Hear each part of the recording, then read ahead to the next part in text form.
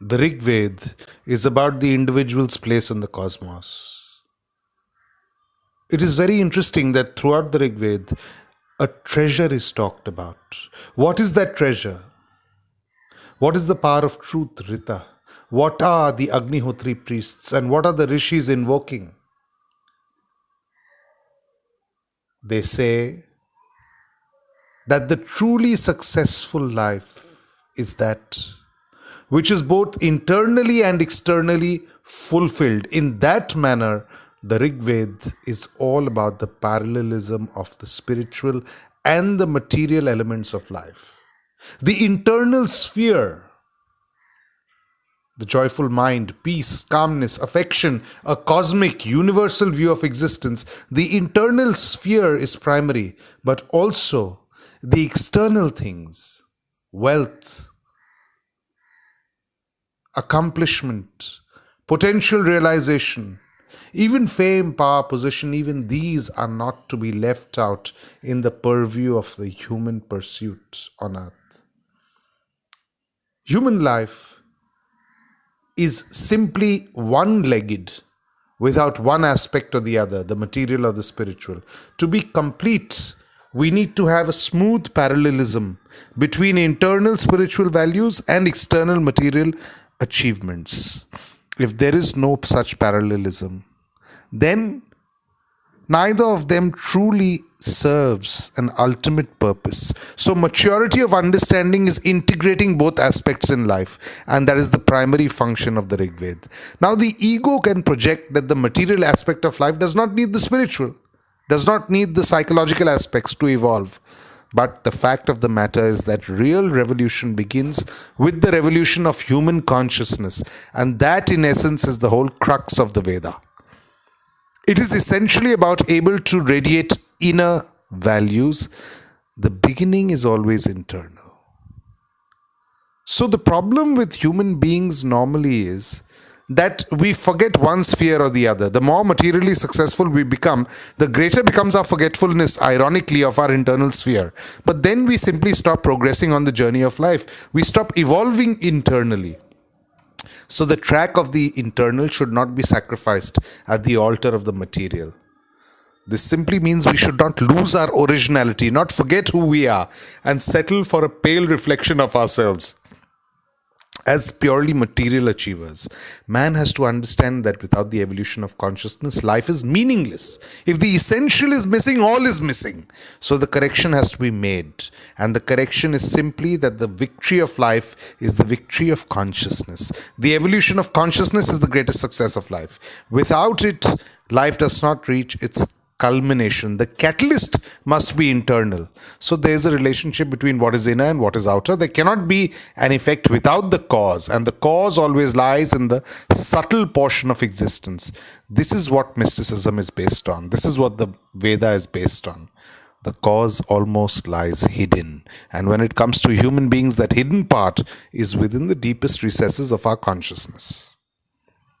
So when the provocation of the inner is positive, its fruition in the material world is also positive. When the provocation of the inner consciousness is negative, its fruition in the material world will also be negative.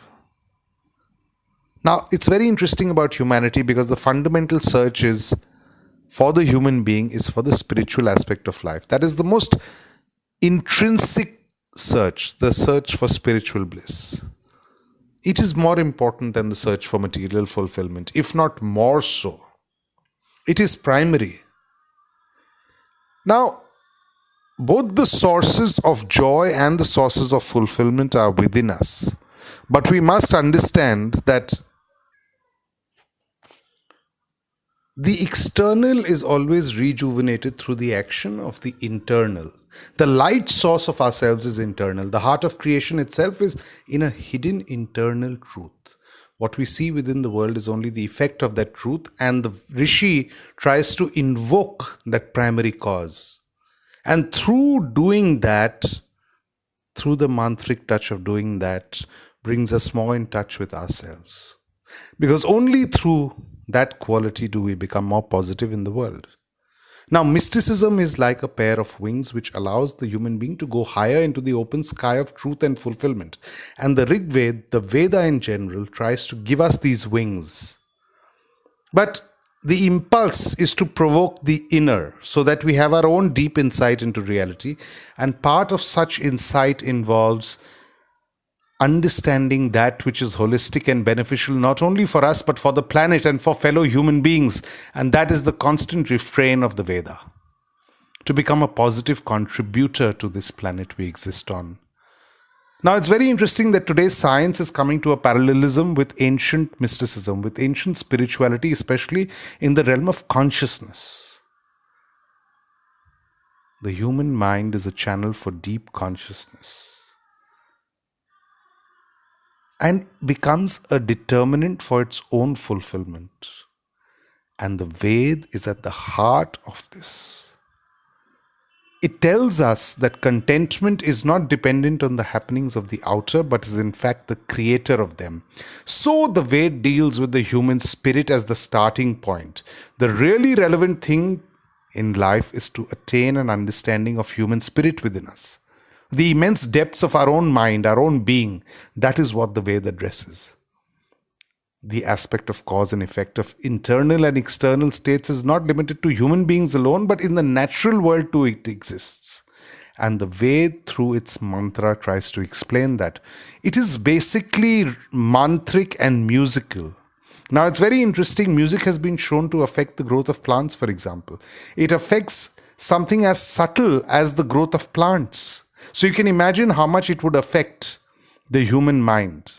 So the mantric quality of the Veda is to create a positive energy vibe for the mind to flower and fruit, much like classical music has been shown to create a positive energy for flowers and plants to flower and fruit. So imagine, essentially it is about our inner music, the music of the human spirit coming into harmony with the cosmic music being played out at every moment. The Veda is a sentinel for us to realize our own unlimited energy sources, our inner potentiality, for then only do we move towards fulfilling and creating material joy also, and achieving our potential in every sphere.